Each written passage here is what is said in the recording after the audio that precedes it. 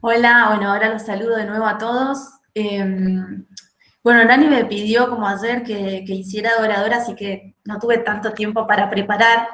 Lo que quería compartir con ustedes básicamente es más una mirada que es personal y que tiene que ver también con cómo interpreto la realidad desde una mirada que es la de las ciencias sociales, fundamentalmente. Y cuando nos preguntamos por qué hacen las ciencias sociales, en parte tiene que ver con comprender cómo funciona el mundo. Y yo no puedo dejar de pensar, para pensar esta ley, y antes de plantear cuestiones que tengan que ver con los artículos, en qué marco y qué estamos viviendo a nivel mundial en este momento. ¿Por qué? Porque la educación es necesaria pensarla en función a otras dos cosas que son muy importantes, que son los modelos de Estado y los modelos económicos. Entonces, cuando nosotros pensamos que la educación, digamos, para analizarla es necesaria pensarla con el modelo de Estado y con el modelo económico, ahí podemos hacer un recorrido por la historia de la educación argentina que nos va a dar las claves para pensar muchos de los cambios que se han ido produciendo en educación.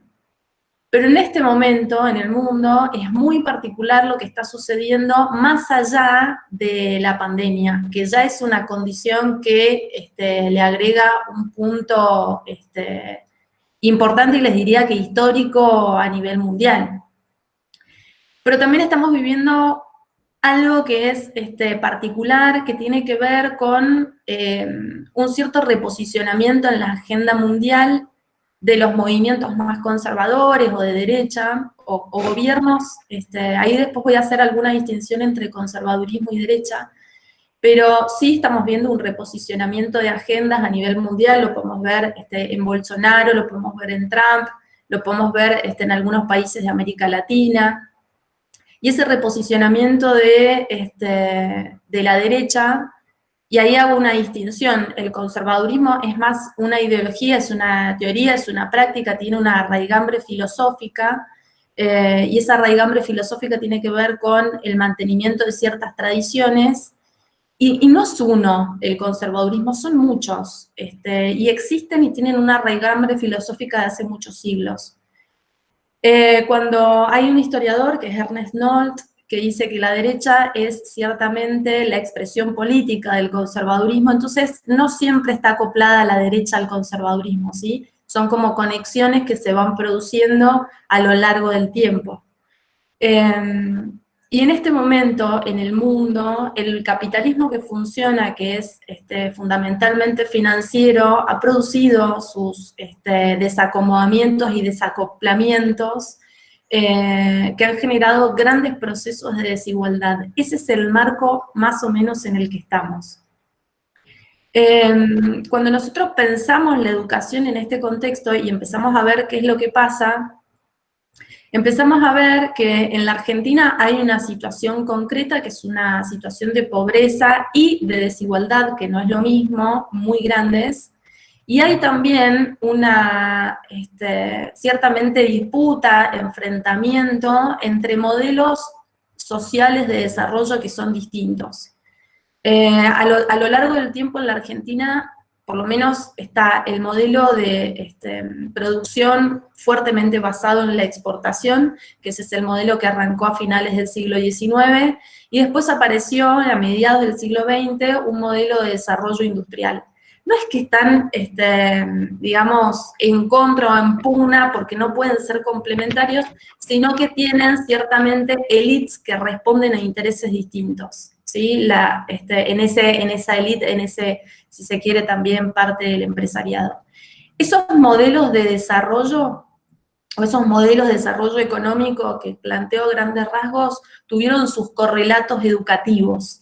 Esos correlatos educativos fueron, a finales del siglo XIX, y parte, digamos, de la agenda liberal, el desarrollo de las escuelas primarias y públicas, de la mano de la creación de las escuelas a finales del siglo XIX, fundamentalmente el proyecto de Sarmiento, que es un proyecto que cuando funcionó muy bien porque estaba básicamente apoyado por la élite y del cual es parte nuestra institución, porque nuestra institución surgió como parte del proyecto normalista. Ese proyecto tuvo muchísima expansión, y después aparece otro, que es el de las escuelas técnicas, que se superponen a mediados del siglo XX.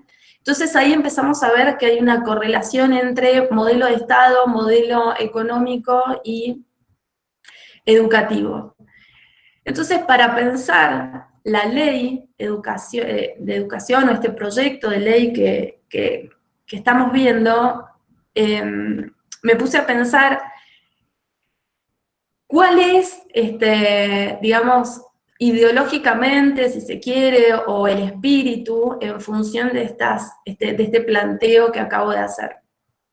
Hoy estaba justo antes de comenzar leyendo una nota de Boaventura de Sousa Santos que habla de cómo las agendas de la derecha se reposicionaron en educación, y mencionaba algunos ejemplos, como por ejemplo el de la escuela de Brasil, que Bolsonaro creó un programa que era el de las escuelas sin partido.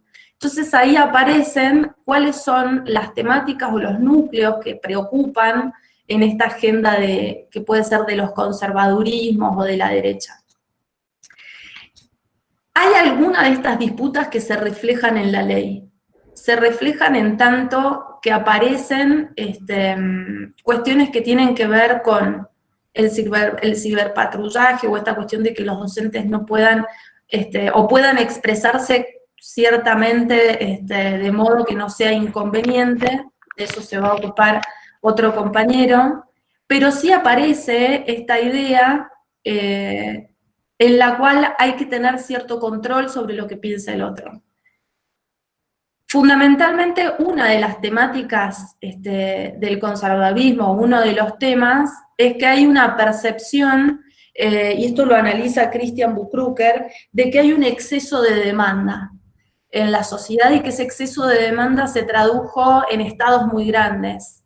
Entonces, hay una lectura en la ley que tiene que ver ¿con qué? Con que hay una necesidad de reorganizar el Estado. Aunque nosotros podamos estar de acuerdo que hay una necesidad de reformar la educación, porque obviamente es una ley que ha quedado vieja, y en eso hay consenso, y creo que en eso todos estamos de acuerdo de que necesitamos una ley, pero tiene que ser una ley que parta de un consenso de los actores, y fundamentalmente de algo que no han hecho ninguna de las leyes anteriores, que es escuchar la voz del docente.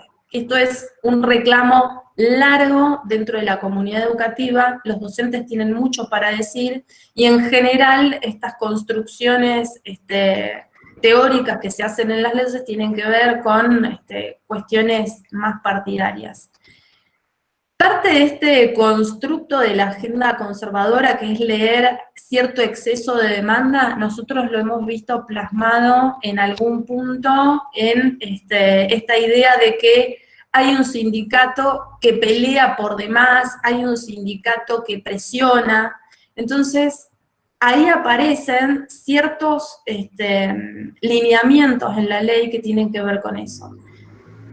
En algún punto, por un lado, tiene que ver con los artículos que no garantizan plenamente la enseñanza, la libertad de cátedra. De hecho, cuando habla del derecho, de las obligaciones y derechos de los docentes, no se reconoce plenamente la posición político-ideológica religiosa que puede llegar a tener el docente. Entonces, ahí aparece, eso por un lado, y por otro lado, la cuestión de la libertad de cátedra, que aparece como autonomía y no tanto como libertad de cátedra. Eso está dentro de otras experiencias que hemos visto, como por ejemplo ¿se acuerdan? En el conflicto de los docentes de Buenos Aires, que largaron el 0800 para denunciar docentes. Entonces, ahí es cuando nosotros necesitamos inscribir lo que estamos viendo en la ley en procesos mucho mayores. Entonces, en esos procesos mucho mayores es el reposicionamiento de la agenda del conservadurismo a nivel mundial. Y hay algunos elementos, no digo que todos, que están en esa línea. ¿Por qué? Porque es lo que estamos viviendo, es el clima de nuestra época, ciertamente, desde hace por lo menos unos cuantos años. Cuando digo unos cuantos años no hablo de 5 años, estoy hablando desde las décadas del 70 para adelante. Digamos, estoy pensando en un tiempo mucho mayor que 4 años de gobierno. Estoy pensando más bien en un ciclo. En ese ciclo aparecen en la ley algunos elementos que tienen que ver con el conservadorismo. En este sentido, aparece otro elemento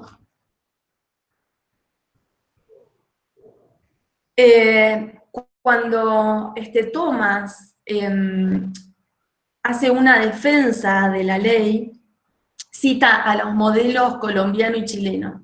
Justamente los modelos colombianos y chilenos son elementos que tienen justamente desde hace mucha mayor cantidad de tiempo, y en esto coinciden los sociólogos que estuvieron analizando los modelos de gobierno en América Latina y los dividieron como ciertamente en tres: el neodesarrollista, el neosocialista y los neoliberales. Hay dos países que nunca salieron del modelo neoliberal desde la década del 70, esos dos países son Chile y Colombia.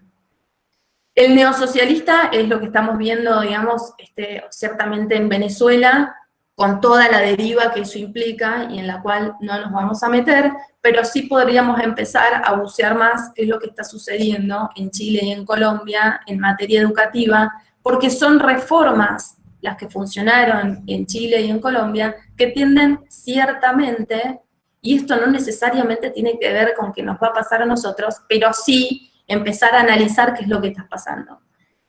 Por lo menos el modelo chileno, que es el que tenemos más cerca, tiene algunos visos de privatización, aunque tiene educación pública, pero la educación privada es muy fuerte. Aparecen en la ley algunos elementos que van en este sentido, ¿sí? En reforzar las iniciativas privadas de los proyectos educativos. Hay algo de esta ley que colisiona con la sociedad argentina, que goza del derecho de la tradición de la educación pública hace muchísimos años, y, digamos, la posibilidad de pensarnos en torno a la educación ha sido un organizador, sobre todo para las clases medias de la vida, ¿sí? La mayoría de nosotros estudiamos, queremos que nuestros hijos estudien, queremos que todos estudien, digamos, es como una cuestión que compartimos todos, porque entendemos que la educación transforma, porque entendemos que la educación transformó nuestras vidas. Por eso creo yo que esto genera cierta rigidez, cierto malestar. Cuando hablamos de estos elementos que aparecieron de ciberpatrullaje, que no los voy a tocar, pero también están imbricados en otras cosas que estuvieron pasando a nivel provincial y que tiene que ver con, por ejemplo, cuando a Paola Vignoni, que criticó las pruebas a aprender, las sancionaron. Ahí aparece un elemento que tiene que ver con la agenda conservadora, que tiene que ver con no poder o intentar mantener lo que está ocurriendo. Entonces, cuando aparecen estos elementos, estamos en presencia de algunos elementos conservadores. ¿Es toda la ley conservadora? No, pero sí hay algunos elementos que hay que atender.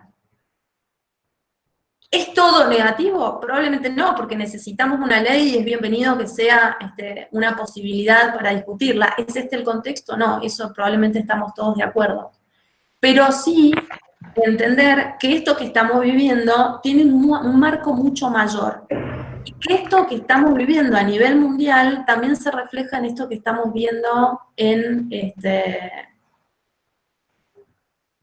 el proceso de discusión de la ley que estamos llevando adelante.